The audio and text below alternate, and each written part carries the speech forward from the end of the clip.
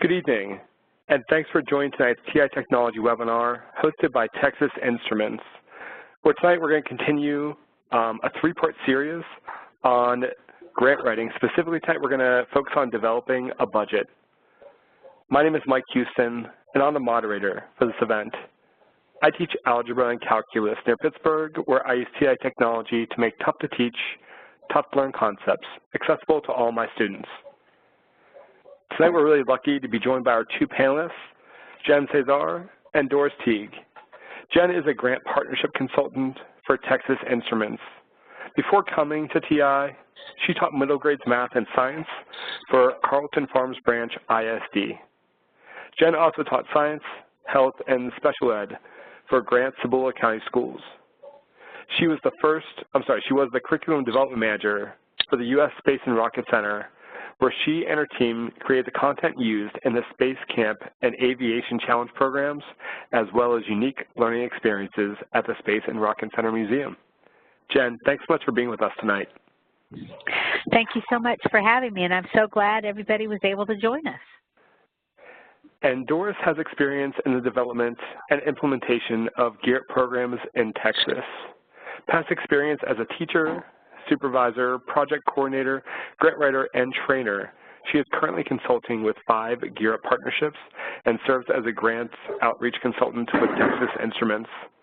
Experience at local, state, and national venues, including the National Center for Community and Educational Partnerships, gives Doris a broad knowledge of education initiatives and practices. So Doris, we're so glad to have you with us tonight. Thanks. It's good to be here. I'm looking forward to it. We're expecting a large crowd, so your audio is automatically muted. Feel free at any time to send any questions to Doris or Jennifer. We try to get a lot of those questions answered live, so please don't be shy about asking questions in the Q&A window, and we'll be using the chat window to send general messages. As a reminder, this session is being recorded, and we'll provide a link to the event certificate of attendance at the conclusion of the webinar. We hope you don't have any audio issues, but in the event that you do, try selecting Communicate from the WebEx menu and choose Audio Broadcast. And Jen, I gave you control. Feel free to share your screen. All right. Okie dokie. Let's run away with this.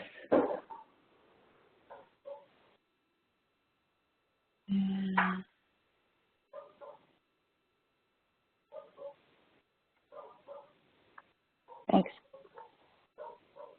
Thank you. There we go.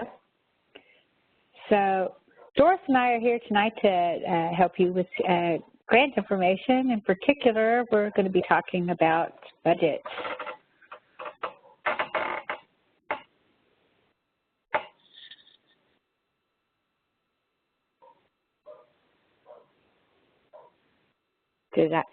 Doris, did we lose your audio again? No. Are we? You want to toss it to me, or yeah? Yeah. Can you hear me? Yes, I can hear you. Can okay. Everybody else hear both of us? We had audio issues earlier, so. Yep, you both sound good to me. Okay, good. So tonight is the third part of the grant writing series, and this is the part where we are going to talk about something that some of you who've been with us through the other 2 webinars have asked about, and tonight we're going to talk about preparing a budget. So this is a really important aspect of any grant. This is really going to tell your funders the story of what it is you're trying to do in your grant. So it's a really important piece. And even though it's coming as part 3 in our series, a lot of times, when I work with groups, I will say, well, let's look at let's look at the proposal, let's look at the amount of money that you can apply for, and then let's talk about some of the things you're hoping to do, and then let's kind of draw out the typical expenditures that might be in this project.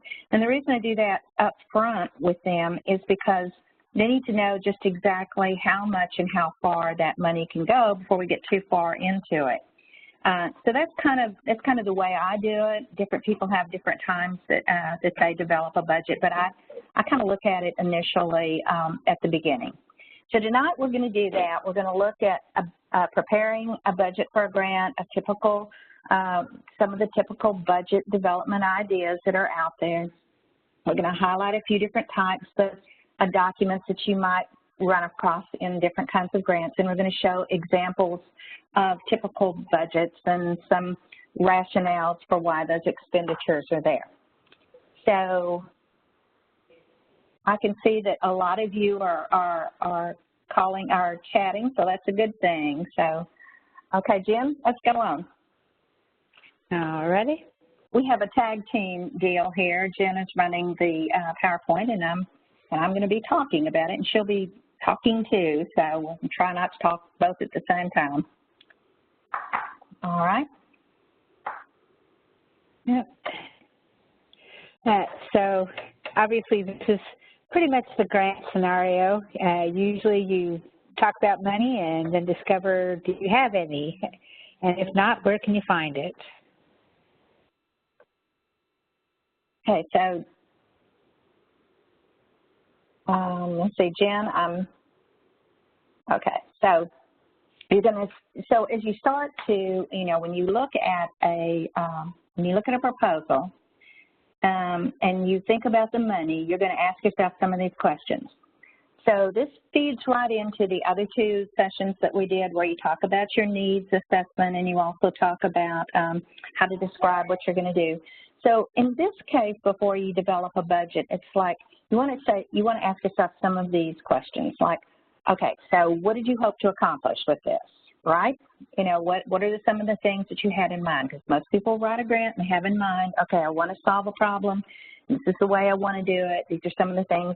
These are some of the research that we know that works, and then these are some of the ideas we have too that how to get all of this together to accomplish it. And so you need to ask too, like, what additional resources are we going to need? Well, I mean, other than the grant money, are there going to be some community resources? Are there going to be some resources from your school district or a university or one of your business partners? So you need to think about and kind of lay it all out there as to what resources you have available that'll help you satisfy that need. And then who are the people or the staff or, who exactly is going to be needed to work on this grant? So the personnel, what kind of staff members might be needed? Are you going to have to hire any consultants? Are you going to have some volunteers? Are you going to have some local support people that are going to work on the grant? Are you going to have some of your supervisors in a school district that are going to give a part of their time to this? So those are some of the things to think about as you're kind of planning this out. And then will there be other resources that are provided other than just the grant funds? Are there going to be some things that are covered by the school district or a university or a partner? Are they going to give you a reduced rate on some of the services or some of the materials or equipment? Are there going to be, the resources can be not just money and not just things, but they can also be people. Are there going to be people that are going to be resources? Are you going to have some volunteers? Are you going to have some college students that are going to work with your high school students? So there's quite a few things to look at in those categories. And then the last thing is, like, how can you explain the costs? It's one thing to write it on a budget worksheet, but it's quite another to be able to explain, the percentages of personnel costs that are there, the fringe benefits for the personnel, to talk about the expenses in terms of equipment or supplies or meeting rooms, travel, all of those things. The better job you can do explaining that, then the more likely the funder is to say, it's clear they know what they're doing and we feel good about, about awarding this. And I'm just telling you that sometimes there will be space for that, and sometimes they will ask for a budget narrative or a budget summary, and sometimes they won't. So you'll have to put it in footnotes or something like that that goes along with your budget. So those are some of the things that, as I said, before you even start developing the budget, you kind of ask yourself some of those questions to just kind of get started with, get a good mindset for what you hope to accomplish. Okay? Yeah. And to just add to what Doris is saying, one of the things that when it comes to figuring out the cost for things, for staff, if you're not sure what you would price out as their salary, you can look online for common salary for that particular position. You can talk to your HR department. They'll be able to give you the range of how much they would normally pay for something along those lines to help you to figure that out. When it comes to those extra resources, you really want to make sure you think those through. There's nothing like planning activities and then realizing you forgot the travel budget that goes along with it. So, or that you put in a cost and it's not allowable on that particular grant, you know, and it will be spelled out in the grant proposal as to what is allowable and what is non-allowable. And if you write a federal grant, then you need to visit immediately with your finance department. They will know like what can and can't be paid for out of federal grants. I'm assuming that most of you will be writing some either foundation grants or some state grants or maybe some just community grants. And so that's not as, it's not as rigid in terms of some of those expenses, but be sure that you look at that proposal to be sure that the expenses that you have, that you feel like you need, are they allowable and are they something that is you actually can use grant money for?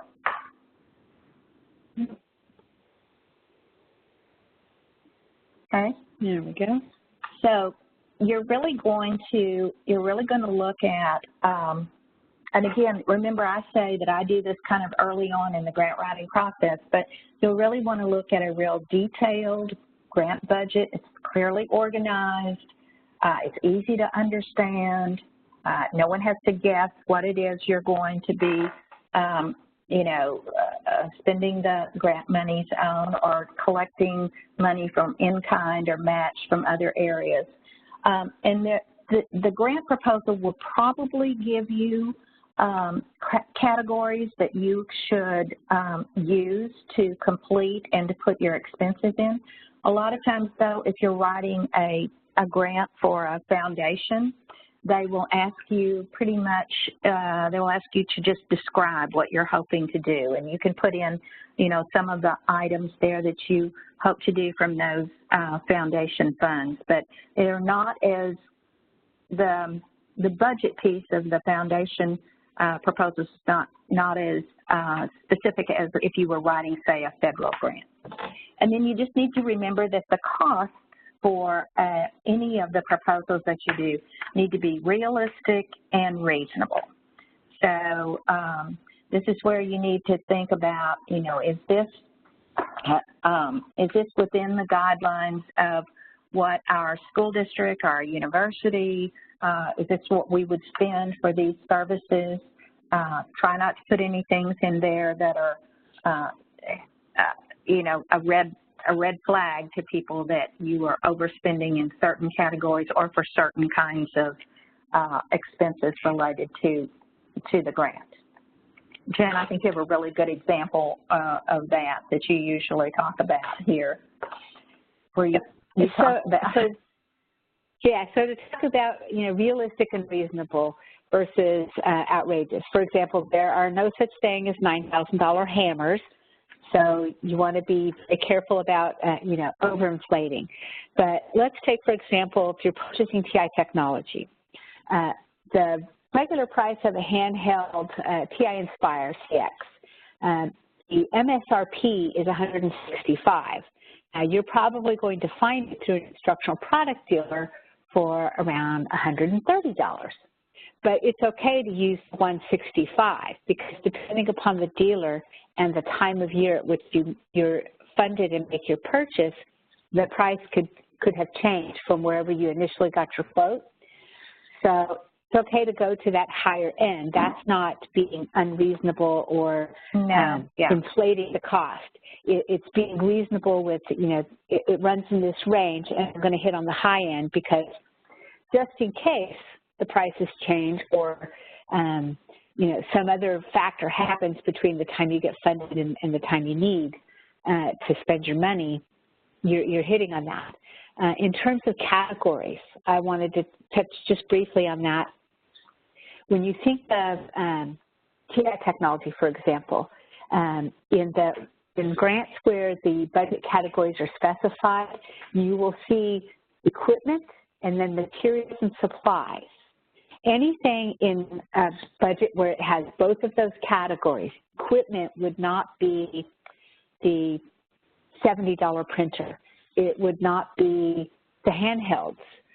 Equipment in that category is going to be things that cost $5,000 or more and have a depreciable value over time that you would have to account for in the grant if it's a multi-year grant.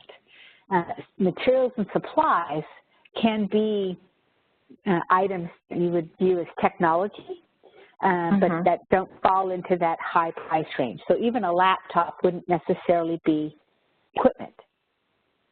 It would be under that materials and supplies. So when you're looking at it, if you're not sure, those would be questions you might want to ask whoever the grant contact is at that early part of the grant to make sure that you're putting things into the correct categories. Absolutely, that's a really good thing to keep in mind, and because those are the items. If you're writing a technology grant and you're wanting to use the TI technology, that is literally a supply that you're going to have in order to fulfill that grant proposal. So think of it that way. What are the things we absolutely have to make this work? Yep. Okay, so you're going to run into. Go ahead. Oh, I was going to say, did you want me to cover this, or do you would like to? Either way, go ahead, Jen, and I'll add to it, and then I'll do the next one. So you all can see this is a finely rehearsed presentation here. Okay, so looking at the different categories of costs, we talked about there were salaries, wages, and fringe benefits. So, for example, with salaries, that would be whatever the actual cost is for the person. For example, when I calculate out this type of a direct cost for a grant that we're working with, we do our salaries at $50 an hour, and that's our salary. And then we calculate fringe benefits at 23%. And those fringe benefits are your health insurance and so forth. When it comes to the salary, you want to make sure to check what is reasonable for a particular job. If your district doesn't have a salary range for that job, you can go online and find, what are the average ranges in your area for that type of job, or your HR department will typically have a lot of that info. Then you have standard fees for travel, and that's going to include your hotel accommodations, flight mileage, and you want to check to make sure you're using the latest mileage rates. And you're going to calculate that out. But you want to make sure that you include all aspects of travel, not just a trip that you might want to fund, but is there travel to go for professional development? Is there, what's the travel for getting to and from the location and things like that?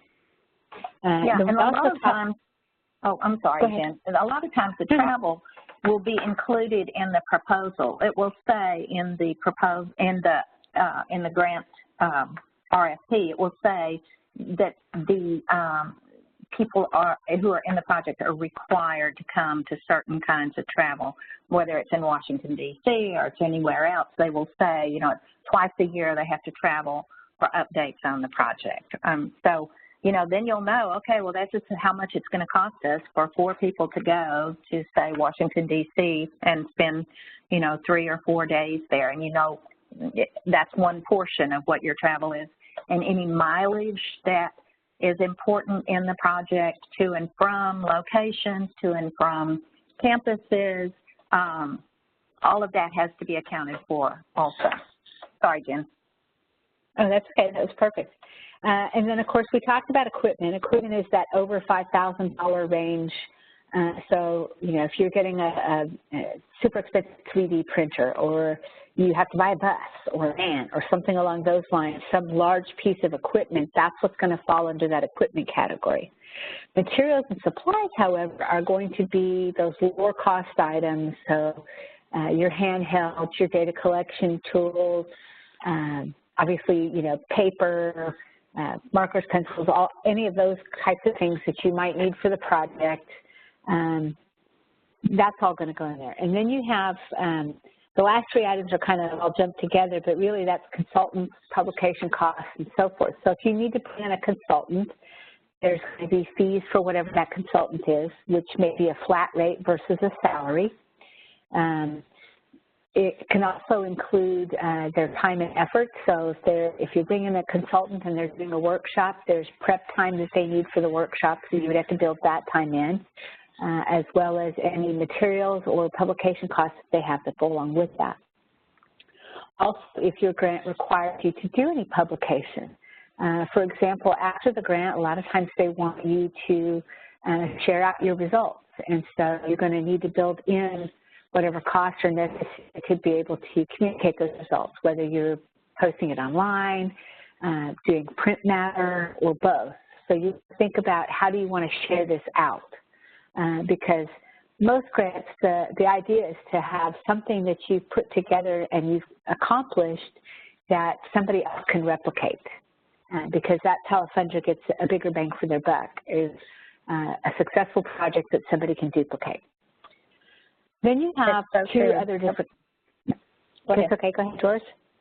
I was going to say some of the grants will have things like it will say as a part of you being selected as a grantee that you have to invite other grants to your location to show them how you did this and give them materials. And I worked in a grant where we wrote a grant for a humanities program, and that was a part of it, was the National Endowment for the Arts. We had to invite X number of interested people to the site. It was in Houston, and then we had to share our process, and we had to send them home with the lessons and materials that we developed. And so there's no reason why your district or anyone should foot the bill for that when that's part of a grant. Write that cost in, because the grant should be paying for those expenses. Exactly. So that brings us to indirect costs.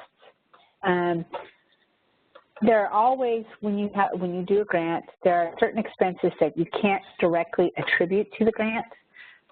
For example, if you're working in your classroom and you've received a grant for a particular project that you're working on, but you use your classroom phone, and you're using the electricity in your classroom, and of course you've got your classroom, and those aren't costs that are that you could directly attribute to the grant because they are part of the district. So when you have indirect costs, there's measurements. So for example, at TI, when I work with Europe grants, we allow for a 2% indirect cost. So out of the grant, whatever is expensed, we multiply that by 2%, and that gives us the indirect cost total. So if your district charges an 8% indirect cost, then out of whatever that grant is, let's say you got a $10,000 grant and they do 8%. 8% out of that $10,000 is automatically going to come off the grant to cover those things that you can't directly line item budget to the grant. Then you have what are called outside contributions. We typically refer to this as match or in-kind resources provided by partners, volunteers, or the organization. So for example, when it comes to match can be a dollar for dollar. So if the grant gives you $1,000, you have to come up with $1,000. Or it can be a percentage. The grant gives you $5,000 and you have to come up with 10%, and so you have to have $500. And that could be a direct cash type contribution. Or it could be what's called in-kind. Now what in-kind is if the grant gives you, say, $3,000, and somebody provides you $3,000 of resources, services, time and effort of their employees that value up to that same amount or whatever the percentage is. So if you've got a percentage that's, let's say it's 10% of the grant, you have to have an in-kind, which is not direct cash. Then they would have to match whatever that 10% is with the items. And that will apply. You'll know that up front in a grant request. It will tell you whether you have to have that match or not. But even if you write a grant, and even if it doesn't ask for you to have, say, a 1-to-1 or a 50% match, it always makes the funder feel really good if you are trying to get a good, that you're trying to bring in resources that support and complement the grant. So it means that, you're adding something to it, either through partners or through services or in other ways. So that's always a good idea if you can look around and find some of those outside contributions, even if it's not specifically spelled out in the grant proposal. Exactly, especially with in-kind resources. Anytime you pull in a partner and you're getting some type of contribution from them, whether it's time and effort of guest speakers to come in and mentor your students, or you take a field trip out to a facility and they allow entrance and use of the facility at no cost, you can get match information from that. And what that shows the funder is what you would call sustainability, because it shows them that they're not the only people paying for your project. You're getting resources and support elsewhere. And the more people you can involve to make your project successful, the better the funder looks at your project, because you're showing them that you're able to sustain it and keep it going. It also expands the reach of your project. And when you think about even just spending your own dollars, if you're spending your money, you want to get the most bang for your buck. So from a funder's perspective, if you're including some type of in-kind or match with your proposal, it shows that you've thought about how are we going to sustain this, how are we going to expand it. The other benefit to doing outside contributions is you can actually get letters of support from the different partners and volunteers that you bring in that talk about what they're going to do to match what your proposal is and why they are wanting to support your proposal. That having that input from that partner that tells the funder, we agree with this proposal and we hope to fund it because the impact they're going to have is important and it's in line with our goals as well. So we're going to come alongside them. It's very helpful to that funder to realize that you're not in this alone. You've got support and you're gaining ground with other people as well.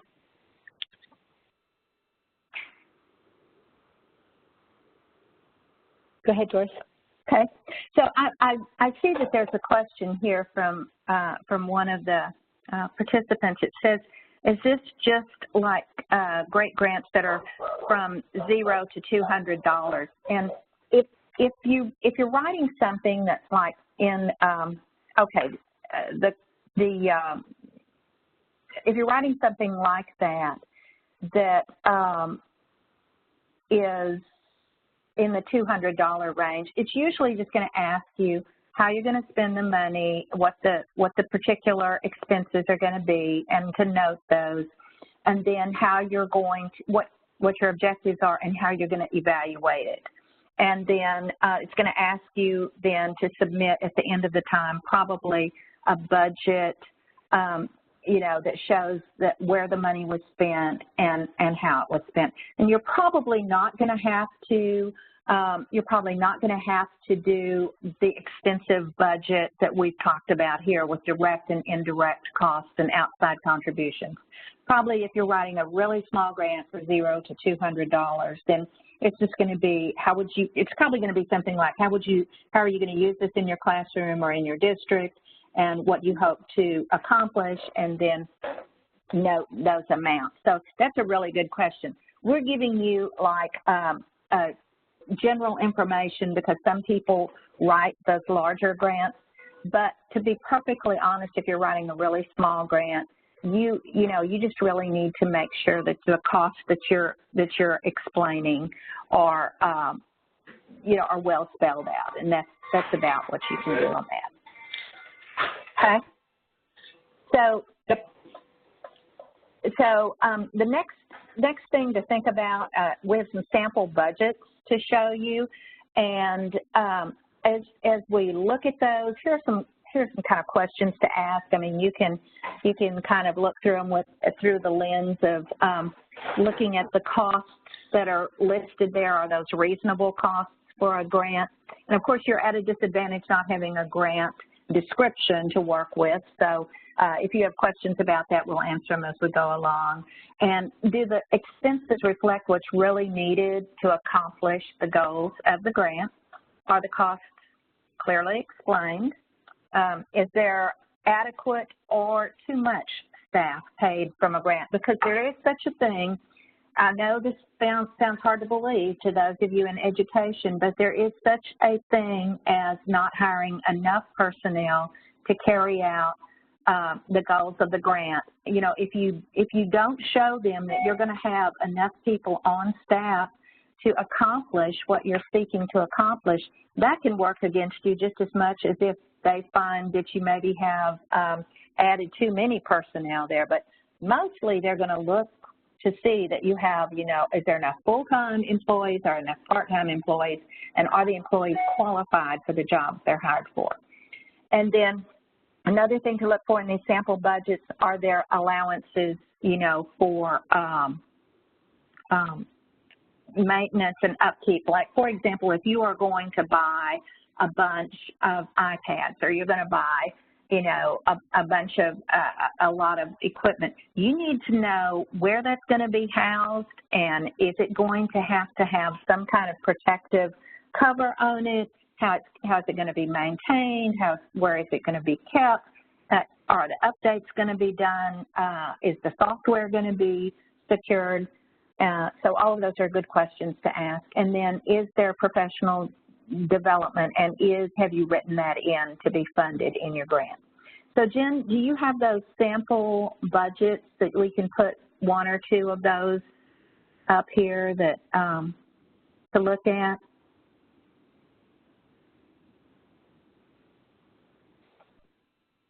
Doris, I'm going to pass you the ball because I don't think I have those up ready. And while you're doing that, I was going to talk about a little bit, add on to the professional development part. All right.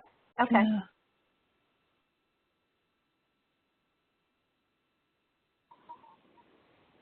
There we go. So when you're thinking about adding professional development into a proposal, one of the things you want to double check is to make sure that, for example, if you're writing a curriculum proposal and you're doing additional equipment to go along with that, so you want each teacher to have a class set and they're doing the PD, you want to double check to make sure that your budget, the allowance that the grant gives you, allows you to purchase technology to go along with it. So always make sure to double check that, because sometimes, you'll be looking for that technology grant when in reality, a professional development grant that allows you to incorporate technology as part of it might be the better way to go, and you'll receive a greater amount of funding. But you always want to double check and look at that. So when you're thinking about how to put it together, think of different ways that you might be able to expand the types of funders that you're looking at. Doris, it looks like so I've you've got one of the budgets up.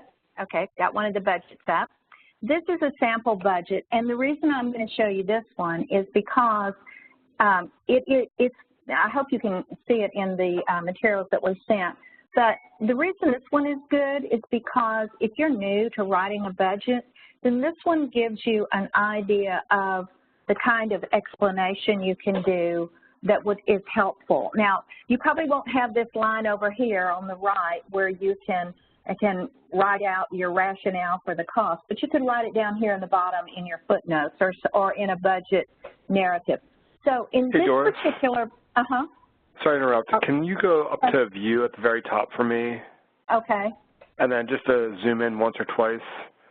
Okay. I think it's now, it's near like the bottom. Is that better? Yeah.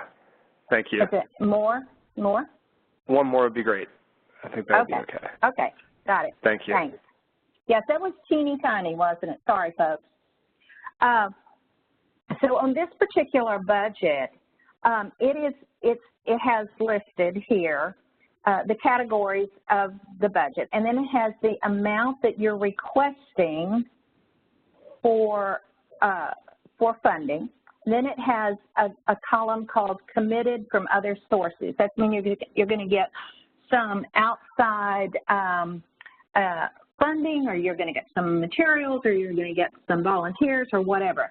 And then, so then on the right side is the project total, and that's going to include both what you're asking for and then what you're receiving from other sources besides the grant. And then over here, it's going to tell just exactly what these amounts account for. So I'm going to go through this I promise I'll go through it quickly so it won't be too tedious, because it's at the end of a long day, it's hard to look at budgets, but here we go. So this particular budget has built in a project director at 50% of their salary. So 50% of their salary, say they make $3,000 a month, and 50% of that times 12 months, this is what it's going to cost for that person to work 50% of their time on this. And it's really important to be able to tell people, if you're not going to have a full-time person, you need to be able to tell funders, like, this is a person who does a similar job, and so 50% of their job will be devoted to the grant and 50% devoted, you know, to other similar jobs in the district. But be sure that they know that. Sometimes you'll get a grant proposal, and they will say that you must include a full-time director. And so just be sure that you read all those specifics very carefully before you start developing this. And then every personnel, so this project director has fringe benefits, that would be insurance, that would be taxes, that would be the retirement system, whatever. And so these are the fringe benefits that you're also requesting from the funding. You're also going to be, in this particular budget, they're hiring consultants. They're not hiring a lot of them, but they're hiring 2 presenters at $500 a day times 2 days, so they've got $1,000 for that, and they're going to, and they're matching that. They're only asking for half of that money, and then the other half is probably going to come from the district as a commitment, or it might come from a partner, or it might come from the consultant who will just give them some additional days. And then they're going to have an evaluator in there for this program. They're going to have, it's going to cost $1,000, and that person is not going to be funded out of the grant. They will be funded from another source. So I'm just showing you that, like, there are various ways to show this on a grant, on a budget sheet. And then they're going to buy some laptops, and it's going to show how many they're buying. They're going to buy 2 at $1,200 each. And I would say that for me, if I were a reader for this, I would want to know, who was going to get those laptops and why they needed them and what kinds of things would be on there. But definitely this is a legitimate expense in terms of equipment. They're obviously going to do something. You're going to need some digital cameras. They're probably going to, either kids are going to produce something, or they're going to do some kind of presentations using that, you can see they're donating those. Those are donated right here from another source. And then they're going to have a camcorder that they're going to record something. And see, if you have one of those grants where they say you're going to have to, we want to see some deliverables at the end of this grant, then you may have to include some of this equipment costs in there so that you can obviously, fulfill the grant. Then you've seen that they've added some consumable items, some materials, some printing, some duplicating. That's not at all unusual for grants to do that, but they've kept it pretty low. $600 is a pretty low amount for those sorts of things. So that's that's not unreasonable. And then it looks like there's going to be mileage that they've included in here. This must be a pretty small grant. Look at the small amount that they've included here for mileage for one presenter, and then for the second presenter, this is a person who must be, coming from a greater distance. So they have included more money there, $670. And this is not a large grant. This is a grant, though, that could be in a classroom, or it could be in a department at a school. It could be something along those lines. And then it looks like they are also, a requirement is that they'll attend a regional conference, and that what they're showing here is 2 people are going to attend. It's going to cost $175 each for their registration. So they're going to take that out of the grant, of course, because it's a requirement.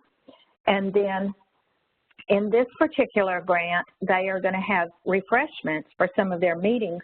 If it's a federal grant, they will not be able to use any money for food or refreshments. That will have to either be donated or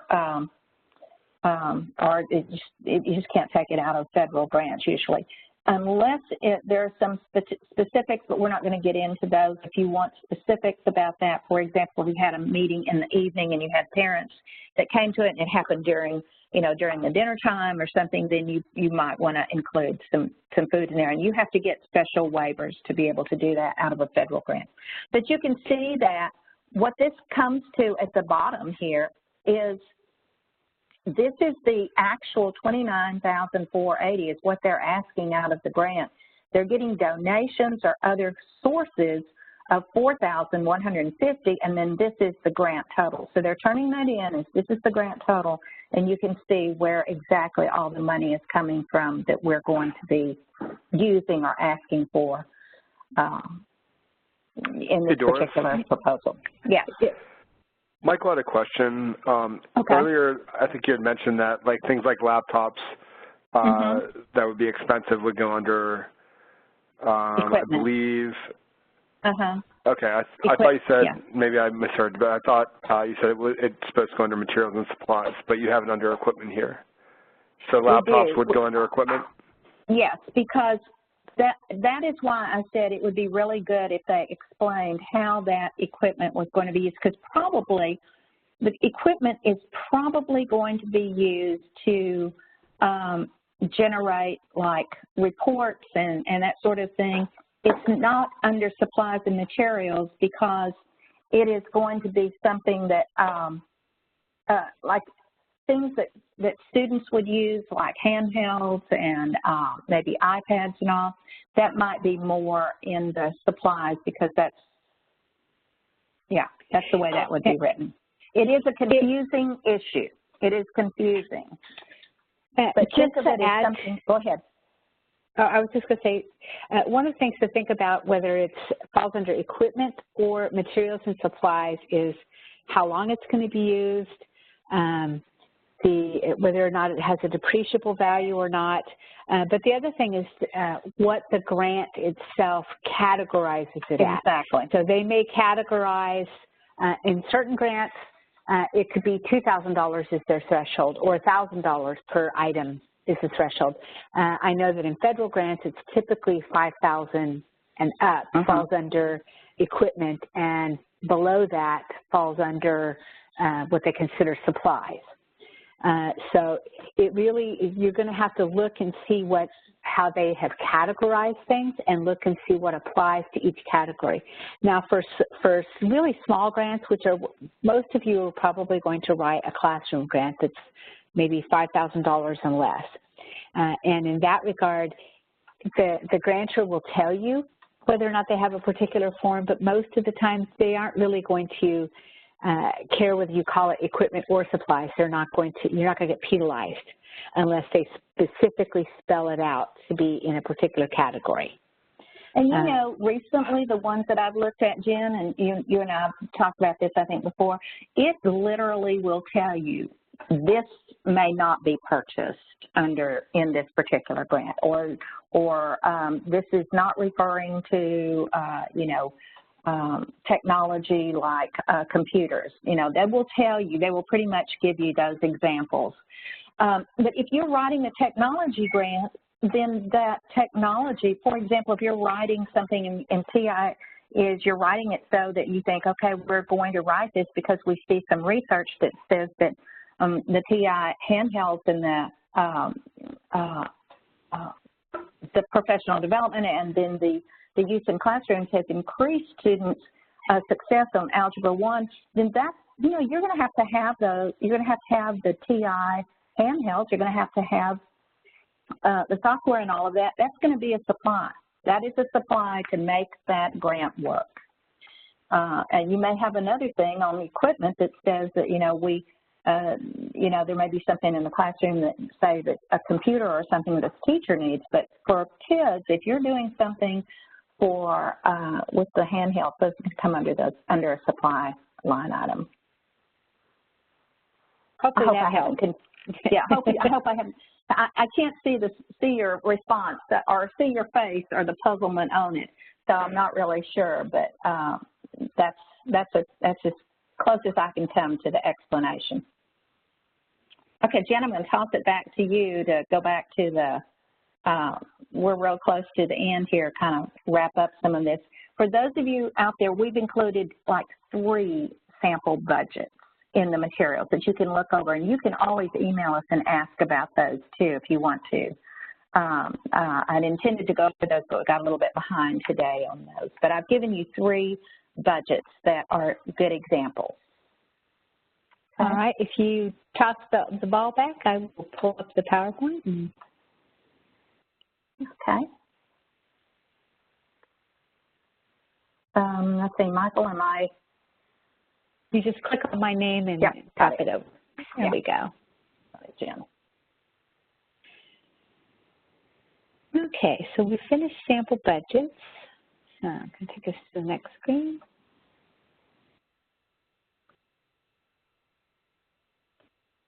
And there's the one we just saw, the other 2. So this is really important. Oh, go ahead. Go ahead. Go ahead. It's really important that you remember. I mean, if you walk away today and you think, okay, there's 2 ladies talking about a lot of stuff, but what I want you to just remember is this, that the budget that you submit is going to tell the funder right away whether you know what you're doing or not. If if they have a big question in their mind as to how you're going to spend that money, or is it how it's going to be effective or not, then it probably won't get funded. But what I say is give that budget, give the proposal to someone and tell them what your project's about, give them the budget and say, does the budget match what we say we are setting our objectives to do? Is it understandable? Is it clear? And give it to someone. You always give it to someone in my family because they have no idea what I do most of the time. So I'll say, do you understand this? And does this make sense? And that's always a good idea, because if it doesn't make sense to just the average reader, it won't make sense to the people who are reading the grant either. Yep. And I'd just like to add about how the budget really tells your story and lets the funder know if you know what you're doing. I have a 23-year-old son, and he's getting ready to move into an apartment, and he started to develop his budget for this move. And he went through his paycheck, he looked at all the bills that he has coming, except he forgot to include food money, gas money, money for the rental truck, all these little bitty things. Basically, when he gave me his budget, I'm looking at it going, well, okay, so apparently you don't eat, you don't drive, and you're moving your stuff by hand. And that's when he realized he hadn't thought through what all he needed to do with his money. He just thought about the big things and didn't stop to think about all the little things. And in the same way, your budget is going to tell that funder whether you've really thought through what you're doing. That's why it's a really good place to start, because most of the time when you look at the grant, it's going to tell you how much they give you a good idea of what the awards are going to be. So, for example, it might say, between $1,000 and $5,000. And let's say the award is, their average awards, because you can look and see what they've done previously, are $5,000. So with $5,000, you can sit down with your budget and figure out what can I do in terms of what I would like to do based on my proposal. And that you can build your proposal around that, because from that you could figure out, well, I wanted to do 5 field trips, but based on this, I'm only going to be able to afford 2. And so that's going to change your proposal and what types of things you're going to do. So really, start with your budget. You can always tweak as you go along with your activities, but start there because it's really going to inform what you can and can't do. Okay, and so this is what we say at the end of each of these particular webinars. Try again. Don't give up, because you learn something with every grant proposal you write, and you always get notes back. Almost always you do. I ask for them, and generally I get them, and you learn something. And so then keep going, because I promise you, I've never seen.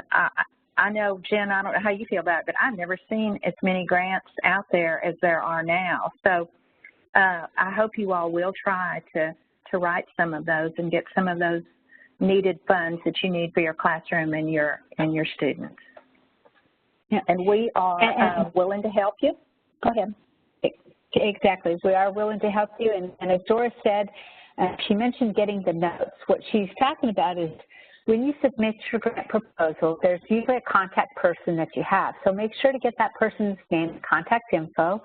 And after you've submitted, if you are not awarded, contact them to make sure that you get the notes and the review back on your proposal, because it's going to tell you where you need to tweak it, what areas you were strong in, what areas you were weak in, and that allows you to improve it. And then submit again, either to the same funder at the next go-round, or if your proposal, they tell you it was really great, but it's not what they fund, the grant community is actually kind of small. So a lot of times they will be able to recommend a funder that you didn't even know about that funds the type of things you're looking for. So, never, from Galaxy Quest, never give up, never surrender. And someone asked also a question about when we toss this back to Michael, he can tell you how you can access the materials that we used in today's presentation, because they're available for you. We want you to have them, and give us a call. I think the next slide has our contact information on it, and so we're always happy to hear from you. And we want to hear from you, not just if you about questions, but we'd love to hear when you get a grant and how you felt about that, and what worked well for you. Yeah, and I am available to review your proposal, and if you're writing for TI Technology and you need verbiage or help finding research to support your proposal, shoot me an email, give me a phone call. I'd be happy to help you. And one last thing to pitch in before we give it back to Michael is that if you have a group or of 10 or more people that would like to get together and have a grant workshop live for a day, Doris and I will work with you to schedule one. So feel free to contact us for that as well. All right, Michael, we're tossing the ball back to you. Thanks a lot, everybody.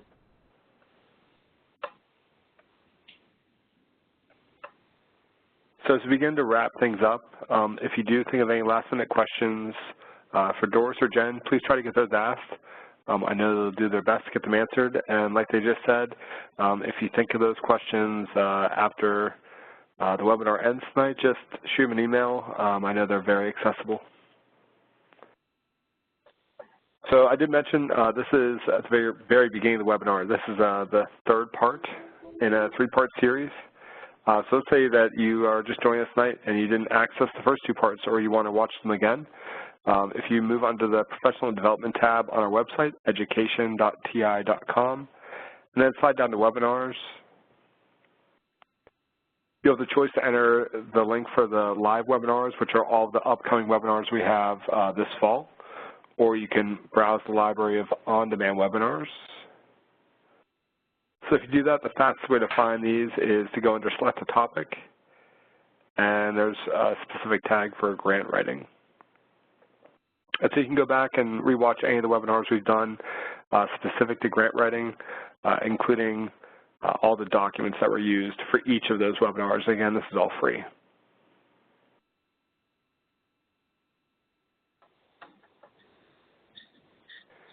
We're really excited to have the T-Cube International Conference this year coming to Baltimore. It's a really great way to connect with other educators and people that are like-minded.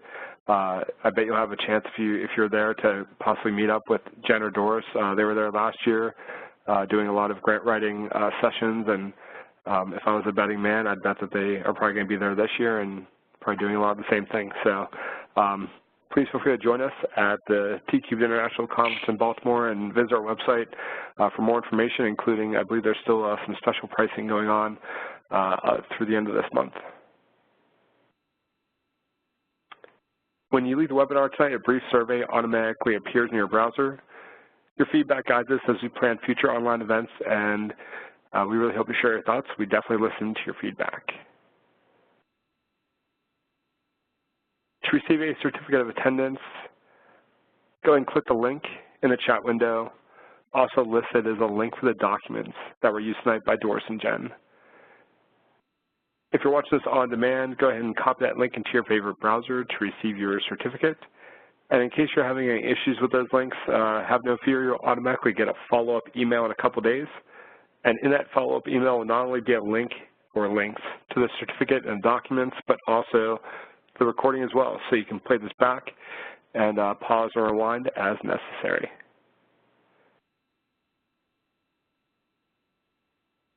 If you need to contact us for any reason, feel free to reach out to us by calling 1-800-TI-CARES or drop us an email, ti-cares@ti.com. We'd love to hear from you.